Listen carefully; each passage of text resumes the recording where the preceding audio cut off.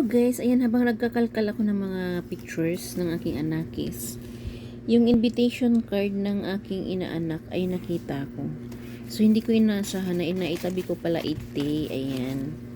Si Dylan Ahok. Si Dylan Ahok, alam niyo ba guys, itong bata na ito ngayon malaki na siya. Ano na siya? Magpo 5 years old na ata siya ngayon. And may kakulitan na siya. Ayan, tingnan mo nga naman oh. Ganun na siya katagal. Hindi ko napansin na naitabi ko pala to dito 2019. So hindi ko napansin na naitabi ko pala dito sa mga box gamit ng mga bata.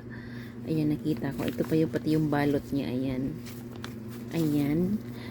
Joanne de Raymond Ahok. Tingnan mo naman oh. Pati yung yung giveaway nila guys na keychain, buhay na buhay pa. Nandun sa nail cutter nakaano siya. Diba? Naitabi ni Ninang. Ngayon makulit na siya. Next year mag-aral na siya. Next pasukan mag-aral na siya. Hanggang nga ni Dylan, no?